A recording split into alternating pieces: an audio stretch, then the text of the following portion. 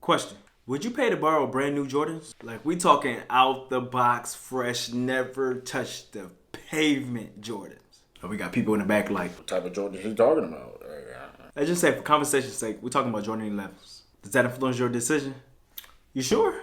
For $10, just $10. 1, 2, 3, 4, 10. $10 a week. But the thing is, you have to sign a contract. Sign a contract for 1 year, just 1 year. $10 a week, 1 year. So for the people in the back, that's $40 a month. $480 a year. Would you do it? So tell me, what's the difference between this scenario and you leasing a car? I'm buying my car. What about that apartment you rent? Cause I'm gonna keep it G real.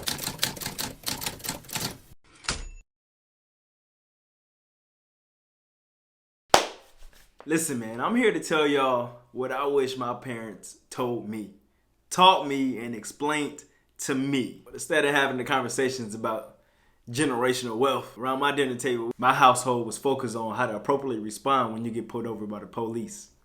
But seriously, the only thing I can really talk about is my personal experiences. I got to the point where it hit me like, why am I renting? I was focusing so much on making money, saving money, and I didn't realize how I was spending my money. Long story short, I've been paying rent since I was 18.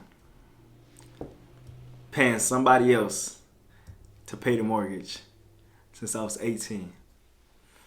I ain't trying to throw my age out, but it's been over a decade. Me personally, I was paying $2,000 a month for rent. $2,000. Now that $2,000 that I was paying a month, that was for over a 2-year period. After this point in time, after all that money spent, after that realization, I said I'll never rent again. Ever. It was no way. You telling me within the time span of 2 years, I spent 50 grand? I ain't gonna even say spent. I gave 50 grand to somebody else. I really had to take time and think about it. Renting an apartment versus buying it. People be like, what's wrong with renting? I'm only here for a temporary amount of time. I'm not living here. This is not about to be my forever home. I'm not about to raise my kids here. Another argument people will have is, well, if you're a homeowner, you have to fix things when they break. Well, absolutely. Absolutely you have to fix it. But that don't stop you from driving your car, right? Now say if your engine broke in your car, do you know how to fix an engine? Well, it's the same concept if you are the homeowner. However, the process is going to change. You're not calling the homeowner. You're calling your insurance company, just as you would do with your vehicle. That money gone is that money gone. You're not going to get it back. Let me tell you the difference. With renting, you pay your first month's rent and your last month's rent. A deposit. The most you will get back after however long you are there at that property is your deposit. Owning a home is an investment. Say it's an investment for a reason. There's nothing else that you have in life that continues appreciation. Nothing. Not your car, not your clothes, not them Jordans that you buy, and definitely not that purse that you carrying. All right, so let me do a cost breakdown comparison. All right, so once I realized this and I did the numbers and I broke it down, this what makes the most perfect sense to me. Say if you're renting and your rent is $1,500 a month and you do that for 3 years, that's $54,000 that you gave away. And at the end of your contract, the only thing you will receive back is your deposit. Now, let's say you was buying, and if your rent was about $1,500, that means that property value was probably about $200,000. So let's just use $200,000. Now, with that $200,000, your mortgage will probably be $1,000 a month. Now, although you're only paying $1,000 a month and you're there for 3 years, at the end of that, what you had invested was $36,000. Now, say your interest rate on that property was about 4.5%. That's about $15,000 of interest that you done paid.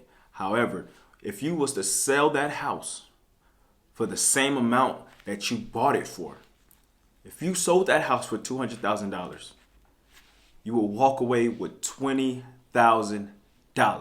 $20,000. You was renting, and although you paid more, you get less. Or you can buy.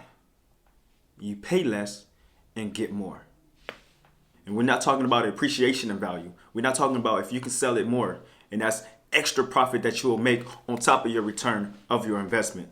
We're just talking about if you sold it for what you bought it for. And that apartment you're renting, I bet you can't paint that wall. I guarantee you can't drill holes in the wall to mount your TV. Promise you, if you don't like your cabinets or your countertops, you can't change them out. Oh, you got carpet? Carpet. Promise you, whatever you like, whatever you dislike, whatever you do like, you can't do nothing about it. It's not your property. What? You been here for 2 years, and after your contract up, your rent goes up. Oh. You was paying $1,500, now you paying $1,800. If you was owning, it's on the fixed rate pimping. That means if you paying $1,100, you paying $1,100. If you paying $1,100, it's for 30 years. And after 30 years, guess what? What Drake say? It's yours.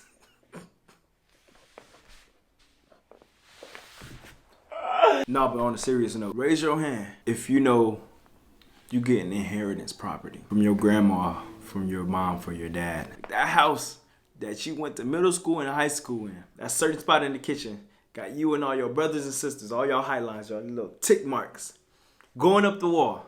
One thing we don't have is generational wealth because of this fear. And I'll say a fear because one thing I almost feel like it's taboo to talk about. It's credit. Why don't we talk about credit? Why isn't that a dinner table conversation? Why isn't establishing, getting what is, how to maintain a topic item? I'm gonna tell you a little story. I have an auntie, she was renting a house for 30 years. For 30 years. Let's just say her rent was $1,000 a month. $1,000. For 30 years, she's paying $1,000 a month. At the end of that 30 years, she done paid $360,000 to somebody else's pocket. So after that 30 years, that homeowner, he already made his money back and some. And then he sold it for double that. You think you're getting bags? Nah, he got bags. But where did I leave my auntie at? Now after 30 years, she has to restart all over. She has nothing to show for it. She has nothing to her name.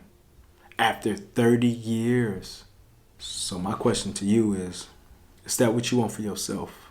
Or better yet, is that what you want for your kids? Earlier I said raise your hand if you got generational wealth, if you got something, yeah, but no, my hand wasn't up, bruh. It's nothing being passed down to me.